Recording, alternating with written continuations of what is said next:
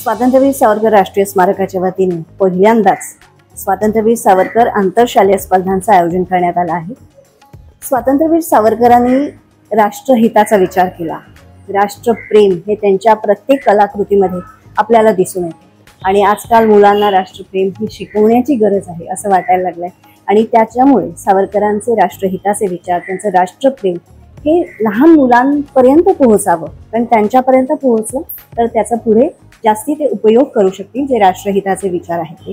आणि मुख्य त्यांचा जो संदेश होता की जगायचं ते देशासाठी, आणि हे मुलांना सांगणं गरजेचं आहे आणि म्हणून सावरकर स्मारकाच्या वतीने या स्पर्धेचं आयोजन करण्यात आलं आहे। याच्यामध्ये वक्तृत्व, चित्रकला, मातीकाम, कविता वाचन, पॅरेग्राफ वाचन असे अनेक विषय आहेत आणि त्याला धरून या स्पर्धा होत आहेत आणि 39 शाळा याच्यामध्ये सहभागी झालेल्या आहेत आणि 350 मुलं याच्यामध्ये भाग घेत आहेत। 12 सप्टेंबर ते 16 सप्टेंबर या कालावधीमध्ये या स्पर्धा होत आहेत आणि विशेष करून मला सांगायला आवडेल की साने गुरुजी शाळेच्या क्षितिजा कुलकर्णी यांची ही कल्पना, आणि त्यांनी जेव्हा ही कल्पना मांडली तेव्हा साहजिकच आम्ही त्याला हो म्हटलं आणि त्यांना फक्त एवढंच सांगितलं होतं की सगळं आयोजन हे तुम्हाला करायला लागेल। त्यामुळे त्यांनी आणि त्यांच्याबरोबर काम करणाऱ्या त्यांच्या मैत्रिणी, शिक्षिका या सगळ्यांनी हे आयोजन केलं आहे। गेले जवळजवळ 2-2.5 महिने याबद्दलचं काम चालू होतं आणि आज ही स्पर्धा आकाराला येते आहे। या स्पर्धेचा जो निकाल आहे तो आपल्या वेबसाईटवर जाहीर केला जाईल आणि त्याचा पारितोषिक वितरण समारंभ हा 5 ऑक्टोबरला सावरकर स्मारकात होणार आहे।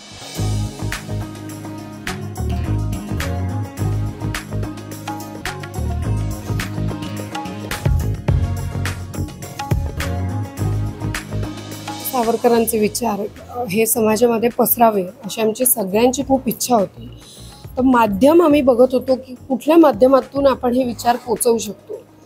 तर बेसिकली म्हणजे बेस्ट माध्यम असेल की स्पर्धा घेणं। तर आम्ही ज्युनियर KG पासनं इयत्ता 10वी पर्यंत ह्या सगळ्या स्पर्धांचं आयोजन आम्ही केलेलं आहे आणि ह्याच्यासाठी स्वातंत्र्यवीर सावरकर राष्ट्रीय स्मारकाने परमिशन दिली ही म्हणजे दुधात साखरच आहे।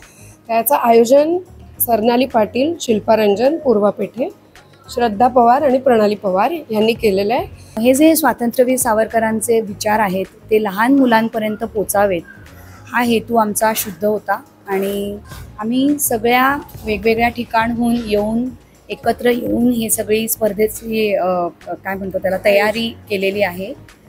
कुठल्या मुलांमध्ये किंवा किंबहुना वयोगटामध्ये कुठल्या प्रकारची स्पर्धा आपण घेऊ शकतो की जेणेकरून त्यांच्या वयोमर्यादेला ते सहजपणे जाईल।